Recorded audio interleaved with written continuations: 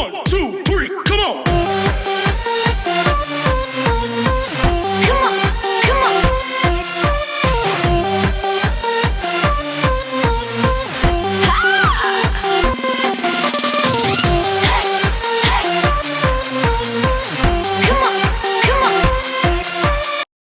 Ya, hai rekan-rekan sales dimanapun Anda berada, salam action.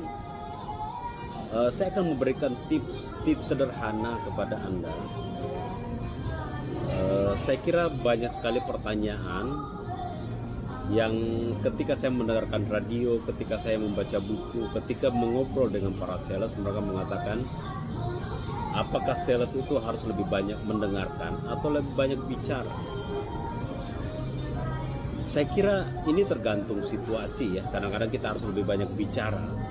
Tapi umumnya nih ya, yang perlu Anda kuasai bukanlah teknik berbicara, tapi bagaimana Anda menguasai teknik bertanya dan teknik mendengarkan.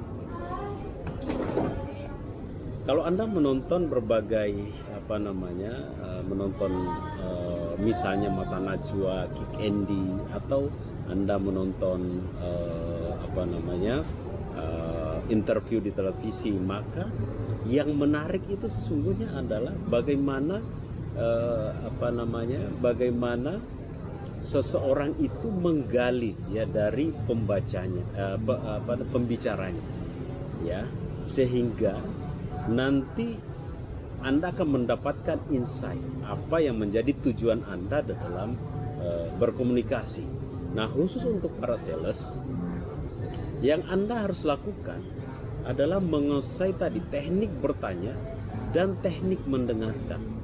Lebih bertanda kutip lebih banyak bertanya, lebih banyak mendengarkan. Ketika Anda mendengarkan, Anda harus mungkin membaca bukunya Stephen Covey tentang 6 level mendengarkan. Level tertinggi adalah level empati, yang menempatkan diri kita pada posisi orang lain.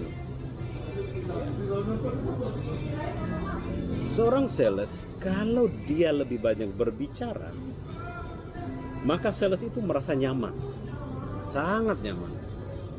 Tetapi bagi pendengarnya, bagi prospeknya, prospek itu justru akan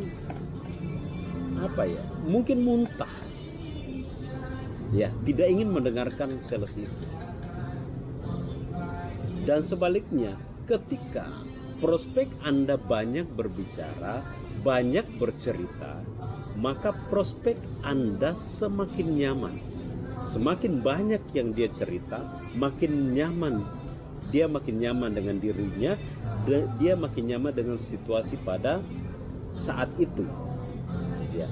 Sehingga yang Anda harus lakukan adalah bagaimana teknik bertanya, bagaimana teknik mendengarkan. Ya. Bertanyalah, bukan hanya sekedar menyampaikan tentang produk Anda, bukan tentang jasa Anda, tapi tentang prospek Anda. All about you prospek. Misalnya, apa hobinya, apa prestasinya, sudah berapa lama dia bekerja, sudah berapa lama dia membangun usaha, gimana dengan tanda kutip keluarganya, bagaimana dengan kegiatan sehari-harinya, bagaimana apa yang dia lakukan sehingga dia mendapatkan berbagai reward. Pujilah foto yang ada di depannya, pujilah tentang kantornya.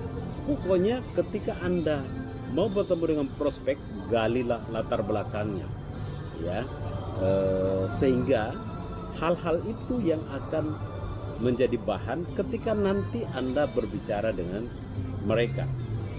Produk dan jasa itu sisihkan dulu jauh-jauh. Ya, jangan langsung ketika datang itu langsung to the point. Produk saya Pak bagus, jasa saya Pak bagus, dan lain-lain. Ya, semua juga orang mengatakan itu. Ya, semua produknya bagus, semua jasanya bagus.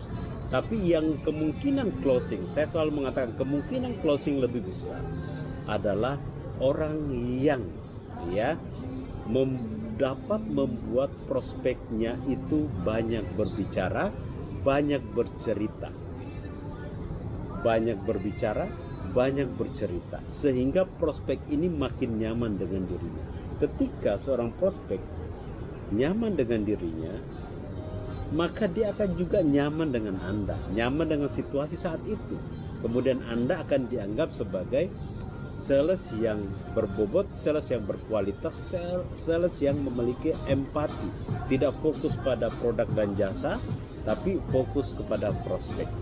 Nah, dengan tips ini saya berharap Anda mengaplikasikannya sehingga penjualan Anda itu akan signifikan. Kemungkinan besar itu akan signifikan dengan hanya banyak bertanya dan mendengarkan dan membuat prospek Anda banyak bercerita tentang dirinya, tentang masa lalunya, tentang keluarganya, tentang anaknya, tentang cucunya, tentang prestasinya, tentang perusahaannya, tentang sahabatnya, tentang hobinya dan yang lain.